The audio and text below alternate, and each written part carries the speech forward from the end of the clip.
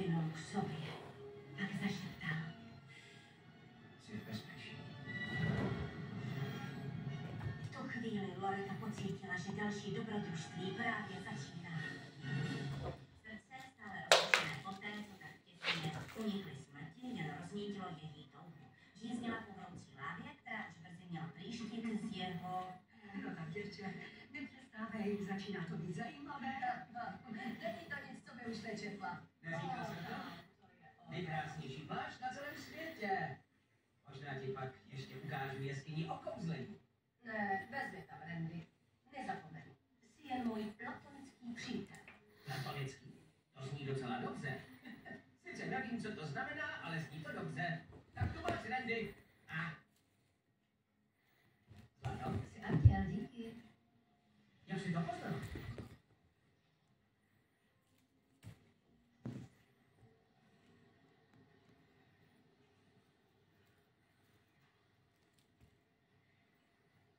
Bezva zakončení turné. Mám přísloví, které používám v takových podobných